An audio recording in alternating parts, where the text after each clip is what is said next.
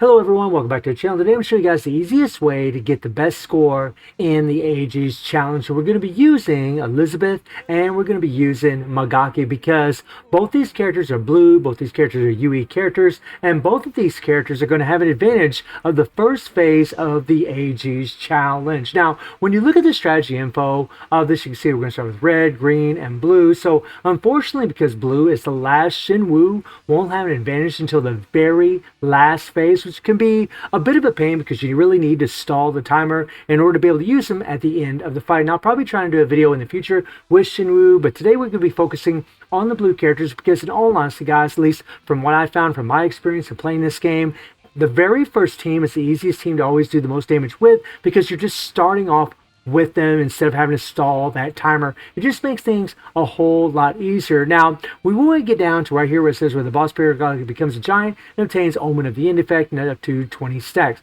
When becoming a giant, monsters are summoned to grant the boss a shield. Now, this is something people might not notice whenever they're playing this, that whenever they're going against Guinness, he's actually going to have a shield whenever these mobs show up, and you're not going to be able to do any damage at all. Now, this is removed when all the monsters are defeated. So it's really important that all these monsters are defeated. Now, how do you do that? Well, you're going to find, guys, that Shinwoo and Elizabeth are really going to have some big advantages because they do a lot of damage on their 3PG animations, on their supers.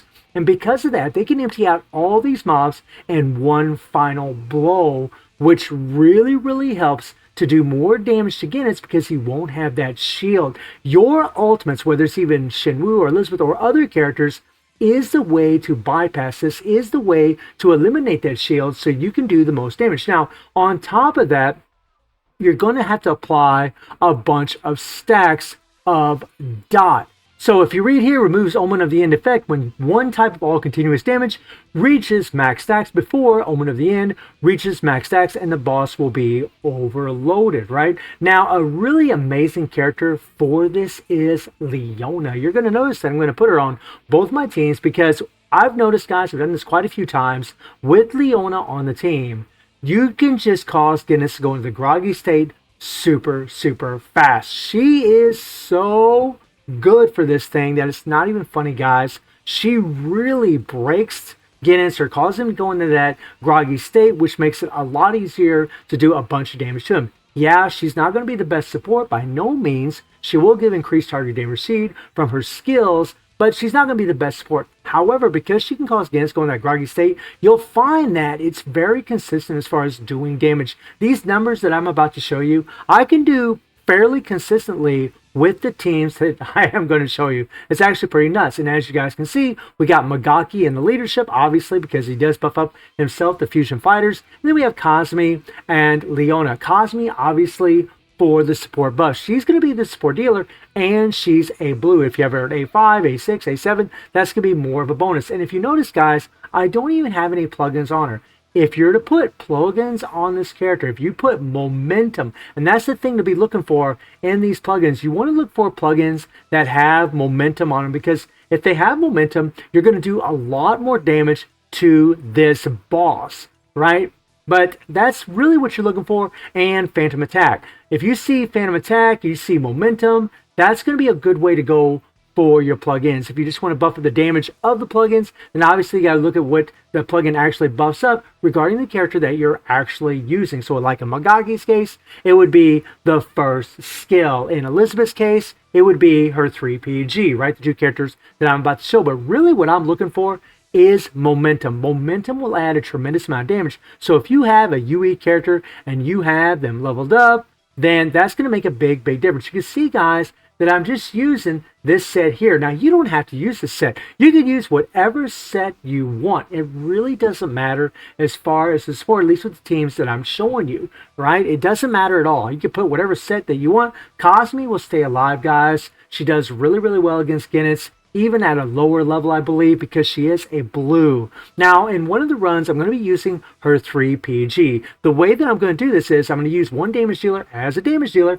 and I'm going to use the other character just to stall the timer and use their 3PGs. You guys will see what I'm talking about whenever we do the runs. But Cosmines are actually really good to do this with because she does increase critical damage to all teammates, including stuff by 10%, and decreasing all enemies' defenses by 30% for 10 seconds after using her 3PG. Now, if you're using Elizabeth on the first team, a character that does the most damage from her 3PG, using Cosme before her and then switching Elizabeth and using Elizabeth 3PG is going to make more of a difference. The run that I'm going to show you, I did not do that. I did it for the Magaki run, but I did not do it for Elizabeth, which was kind of stupid in hindsight. But I just want to let y'all know that's what you really want to do, right? I'll be using Leona's 3PG instead, but whenever you're playing with Elizabeth, you really want to use Cosme's 3PG if you are using her, if you're trying to apply the method that I am using. And honestly, having a Zhang Fei card that applies chill is also really good, okay, to help out with the damage.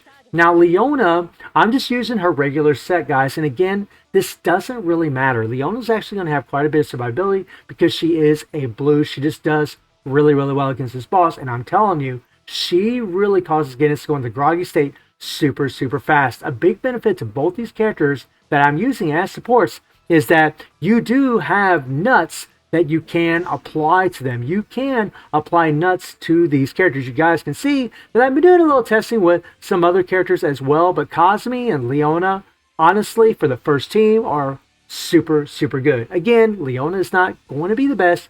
Really, Shizuru in some cases is going to be better. I want to give a big shout out to Snow, a fellow YouTuber of mine that covers the same game, who was able to get 24 trillion, which is insane, using Shizuru and Cosme on the same team with Magaki. Big shout out to Snow. That is insane. Unfortunately, when I tried to do it, Shizuru just died over and over and over. So I'm just going to show you guys a more consistent method, because if you're able to get 5 billion a day out of this, I don't even know if you really need to get 5 billion. You'll get all the rewards out of the Carnival. And unfortunately, these are all the characters that I could test because I cannot reset this thing anymore. And that's something that's really unfortunate about the system, is that I can't really test character after character after character to see how well they do. I pretty much got to go with like the characters that I assume would probably be the best for this. And by the way, Chris can break that meter or cause Guinness to go groggy super, super fast with his third skill. Really, really awesome, guys. Like, really freaking amazing. So let me show you how I have my Magaki built. So I'm just using this set on Magaki. Now, whenever you watch the Elizabeth run, Elizabeth's going to be in the leadership, and it's going to be along with Cosme and Leona. However, Elizabeth is just going to be using this set that doesn't really do anything for her. It's just going to give her the increased attack up to 180% after electing active skill. She won't get any of these other buffs, and she's not going to have any of these transcendent stats for an attack type fighter. And by the way, neither is Magaki. It's pretty much like a regular set on him. Also with Elizabeth, I'm going to be using her option card for her. I'm going to have this card equipped on her, and I'm going to be using the one option card that has her on it to increase your special skill damage. If I can find that damn thing, this card right here. This one's going to be equipped on Elizabeth with these three cards here and this one here. And as far as plugins, you can see the plugins that I do have equipped, right? Really, guys, again, I'm just looking for Phantom Attack. I'm just really looking for either the first skill or I'm looking for this momentum. I really, really want momentum big time on these characters. It just makes a huge, huge difference for them. Massive. Like this one here, increase momentum and Phantom penetration by 2200. This is really good because you do defeat enemies against the Aegis challenge. You do take out all those mobs after using your 3PG. So this buff will be applied while I'm trying to do damage to Guinness. It's going to make a big, big difference in the run that I'm going to show you. So let me pull the run for you guys right now, and you guys will start with Elizabeth, right? And again, Elizabeth's going to be in the leadership because we want her leadership to be applied. Now, the method that you want to be doing in here, at least the method that I'm offering you guys, is you just want to build up your 3PG for Elizabeth or Magaki, right? I build up my 3PG and I just want to make sure that I get behind Guinness or guard against them, okay? Just get behind them and guard and let my other two characters deal damage, right? They won't die. Now, you see Guinness says your power only makes me stronger.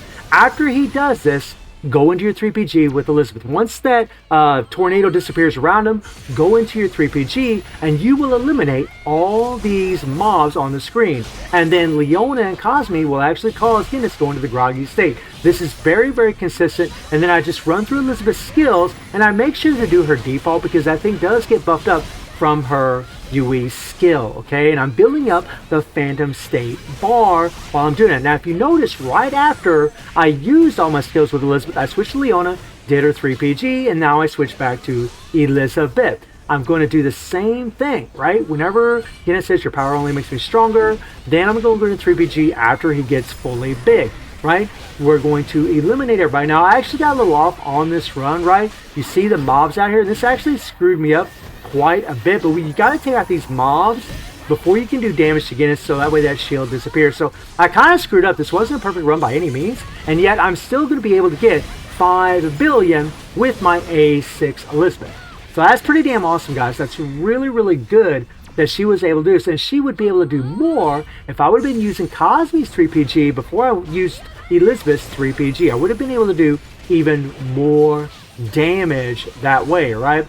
But you can see the pattern I'm using. I start off with the main damage dealer's 3PG. When Guinness says your power only makes me stronger, use that 3PG, eliminate all the mobs, and then afterwards run through my skills and then use another character's 3PG. And this particular run's case, it was Leona, right? And the next run's case, it will be Cosme, right? So 5.4 billion is a pretty insane score, guys. Like, that's really, really good. And if you're able to get this kind of score every single day, you're going to be able to get all the rewards in the Aegis challenge. It's actually pretty damn awesome. So we're going to kind of scoot along here, and we're going to go to the Magaki run. So it's still the same team. We're using Magaki in the leadership. It's just the same method. If we want to build up his 3PG, his 3PG is built up, right? And now we just want to make sure that we get behind or guard against Guinness and wait for him to signal us. Once he says your power only makes me stronger, like right now, we wait, and we're going to wait till the mobs show up, well, almost show up, and then use Magaki. I find with Magaki, if you wait for the mob to actually show up, he actually does better as far as clearing them out. Elizabeth does a better job if we just start right away, and then we switch to Magaki, we run through his skills, and we're just going to hold the 1 after using the UE skill, right?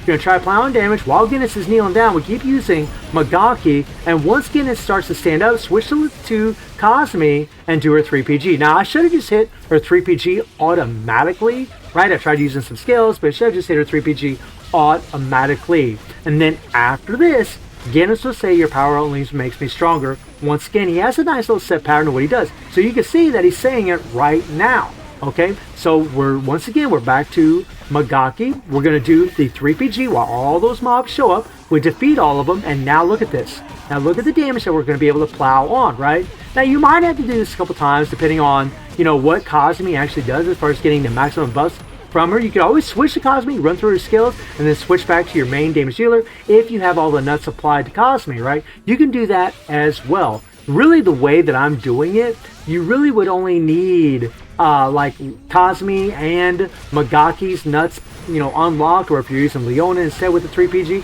you can have her nuts unlocked for her.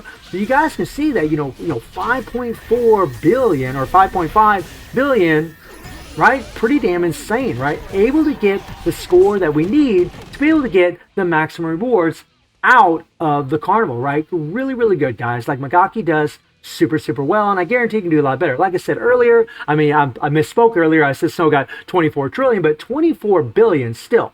24 billion, and it was with Magaki, Cosme, and Shizuru on the team. That's pretty damn insane. That is a really, really nutty score. Let me put this back over here. So that is really, really impressive. Now on to a little bit of a rant, because I do got to rant a little bit, and that is because of the carnival itself. Now, look at the rewards in this carnival, guys. So we have, some rubies. We got 2,000 rubies. We have more of these prime memory shards, and they're for everybody, and I do like that. I like that it's for everybody to help speed up the process as far as leveling these characters up. That is nice. However, there's something that's vitally missing here, and that is, where the hell is the EX memories? Why don't we have them in here? Because if you notice, we're using EX characters in here. If you go to the Aegis system, there are EX characters in here.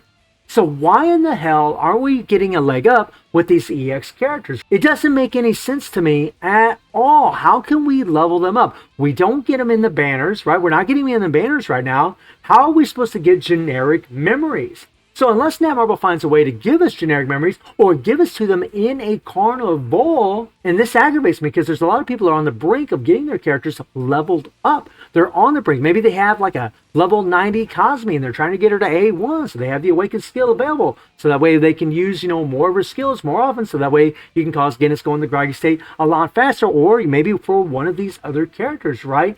They need to give us EX generic memories. If we have to earn them through the carnival, that's all good. If they give us through the login like they've previously done, that's all good. But the fact that that carnival doesn't have any EX generic memories, I think is a huge, huge, huge missed opportunity. Those things need to absolutely be in there, especially with the introduction of the UE characters. I've already talked about how, people feel forced to have to A5 these UE characters, and then on top of that, Netmarble, you're not giving us EX generic memories for our old characters that we're still using in these game modes, especially these characters that we're using for support buffs. This needs to be addressed. You really should be giving us a leg up regarding this issue, man. That is very, very disappointing to see just those rewards in that carnival after, pretty much getting rid of our EX characters, not even bringing them up in the banners, and just introduction UE characters, right? If you're going to bring in UE, that's fine and dandy, but give us a way to level up our EX characters, especially if you still expect us